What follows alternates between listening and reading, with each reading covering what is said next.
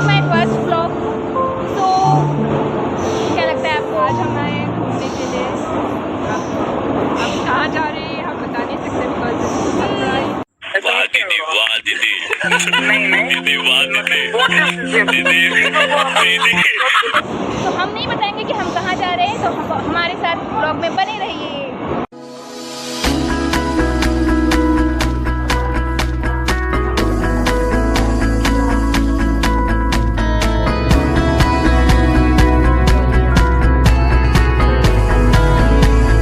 तो yes, finally मैं new Delhi पहुंच गई।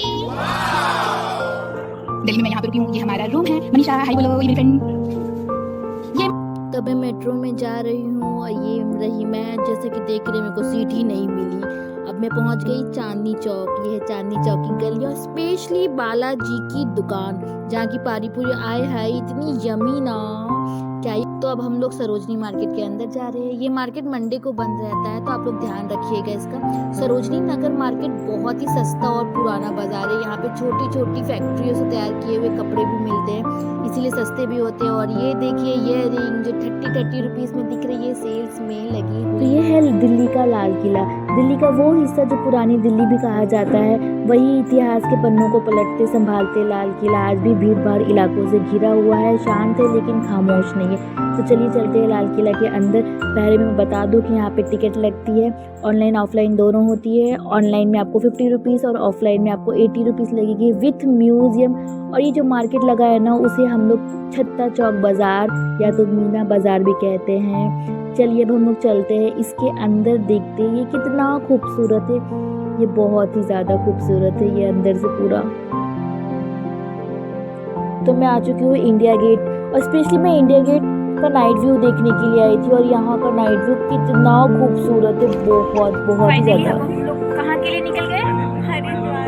तो थंबनेल देख के तो आपको पता चल ही गया होगा कि मैं कहाँ जा रही हूँ। सीरियसली मैं बहुत ही ज़्यादा एक्साइटेड हूँ वहाँ पहुँचने के लिए, बाबा के पास बहुत ही ज़्यादा।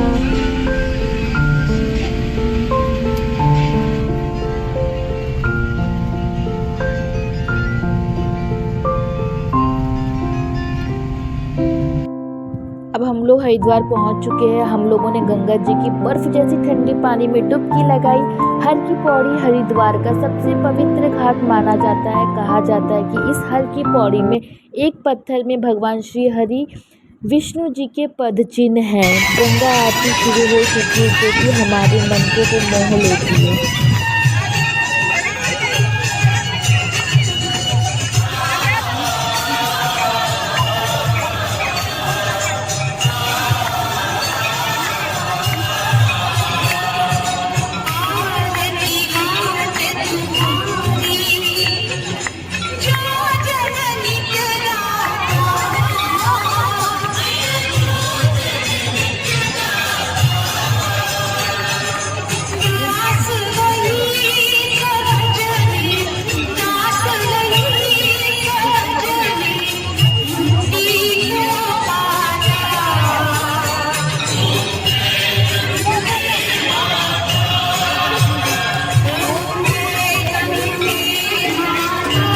तो अब हम लोग यहाँ से ऋषिकेश के लिए निकल चुके हैं क्योंकि हरिद्वार और केदारनाथ के बीच में ऋषिकेश आता है। तो हम लोगों ने सोचा क्यों ना ऋषिकेश घूमा जाए। तो मैं आ गई ऋषिकेश। जा रहे हैं हम लोग रिवर राफ्टिंग के लिए। दिखाओ हमारे पीछे बोट। अरे हमारी बोट पहले उतर गई थी।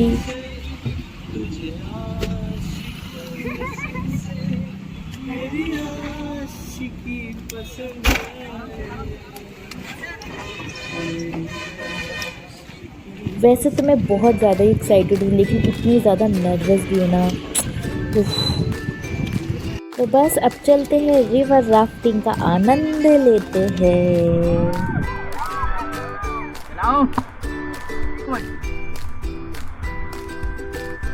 Left side front, power drive. Go forward, move forward, pull power.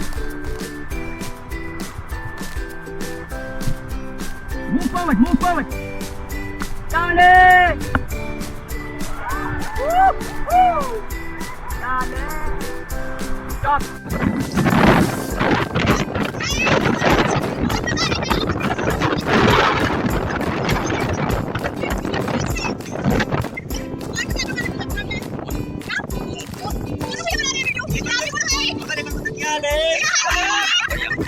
तब हम लोग चलते हैं सीता झूला की तरफ। वैसे तो ऋषिकेश में सीता, राम और लक्ष्मण झूला है, बट टाइम कम होने के कारण सिर्फ मैं सीता झूला घूम पाई। कोई बात नहीं, अब नेक्स्ट टाइम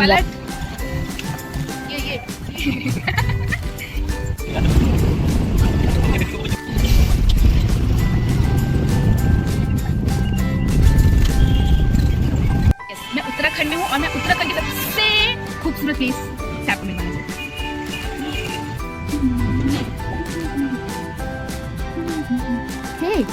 ओए अब हम लोग केदारनाथ जी की यात्रा के लिए निकल चुके हैं। ऋषिकेश से केदारनाथ जी की यात्रा की शुरुआत हरिद्वार से ही हो जाती है, जहाँ बस के बाद हम सब गौरीकुंड पहुँचते मांझी नदी के किनारे। बस केदारनाथ धाम की हरिद्वार से यात्रा स्टार्ट करके आप ऋषिकेश, देवप्रयाग, श्रीनगर, रुद्रप्रयाग, अस्तिवेदिनी होते हुए और फिर वहाँ से गौरीकुंड का जो स्थान है जहाँ से आप 0 किलोमीटर पैदल यात्रा करके बाबा केदारनाथ के पास और फिर ये पहाड़ों की खूबसूरती दिख रहा है ना आपको कि मैं सोनप्रयाग में हूँ, ये देखिए। और फिर यहाँ से मात्र 50 रुपये प्रति व्यक्ति देकर आप शेयरिंग जीप से गौरीकुंड तक पहुँच जाते हैं। और अब मैं पहुँच चुकी हूँ गौरीकुंड। गौरीकुंड के 5 किलोमीटर पहले सोनप्रयाग पड़ता है और यहाँ होटल की बहुत ही ज़्यादा ऑप्शंस है, बट जबकि गौरीकुंड में कम ऑप्शंस है। पर मैं गौरीकुंड में रुकना प्रेफर करूँगी, जिसके कारण सुबह आपको समय पे अपनी यात्रा शुरू कर सकते हो। और मैं यहाँ पे रुकी हुई हूँ रात में, तो अब मैं केदारनाथ की यात्रा शुरू कर चुकी हूँ। तो सुबह के करीबन अभी 8 बज रहे हैं और हम लोगों ने अपनी यात्रा शुरू कर चुके हैं। जैसे कि देख रहे हैं, ये मुझे पकड़ के चल रही है। इसे लगता है कि मैं कहीं गिर ना जाऊँ, कहीं स्लिप ना कर जाऊँ, तो ये मुझे लेके चल रही है अपने साथ साथ। मनीषा पीछे तो देखो, बट ये देखेगी नहीं। यहाँ से केदारनाथ मंदिर तक कई पॉइंट पड़ते हैं, जिसमें से पहला पॉइंट 4 किलोमीटर पे पड़ता है, जंगल चट्टी पड़ता है। ये जंगल चट्टी का व्यू है। फिर मैं यहाँ से दूसरे स्थल पर रुक गई, यहाँ से मुझे जाने का मन ही नहीं कर रहा था। बहुत करीब है हमारी मंजिल। ये देखिए पहाड़, इसमें हमारी हालत खराब हो रही है चढ़ते चढ़ते, इतनी स्लिपरी जो है। देख रहे हैं ना आप हमारी हालत, मैं बता नहीं सकती। बट मैं अपनी मंजिल के बहुत ही ज़्यादा करीब हूँ। तो आप मिलो या आंटी अंकल से। Aunty uncle.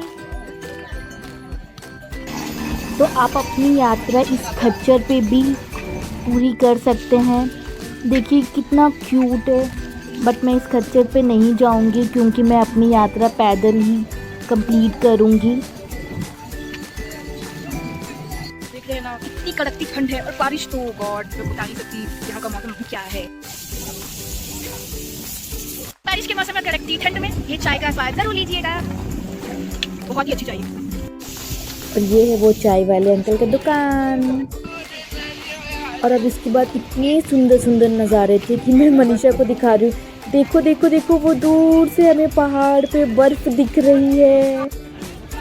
तो बस अब हम मंदिर के पास पहुँच चुके हैं और अब देख ही रहे हैं कि मंदिर के पास इतना ज़्यादा भीड़ है, इंसान को खड़े होने की जगह भी नहीं है। फाइनली मैं अपने मंजिल के पास पहुँच गई, केदारनाथ धाम। इतना सुकून। तो बस अब मैं अपने बाबा के पास पहुंच गई, जैसे कि जन्नत ही देख लिया मैंने। तो अब बस वेट कर रहे हैं हम आरती शाम की।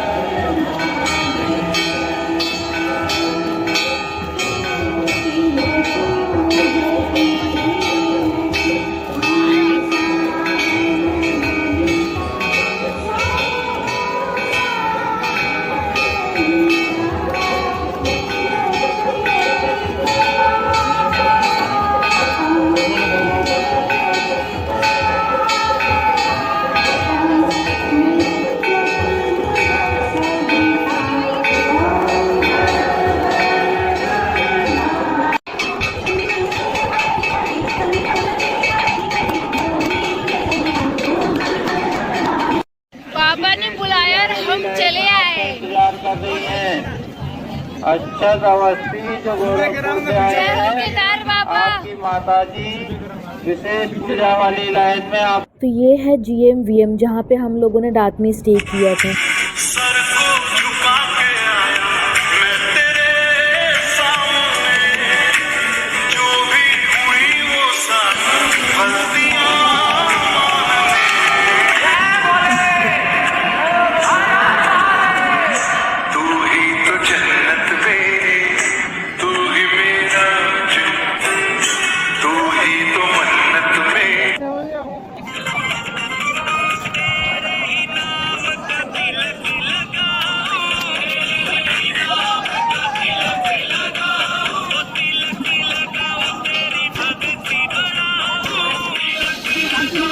और ये वही जगह है जहाँ से भोले बाबा की चढ़ाई हुई पवित्र जल प्राप्त होती है हमें।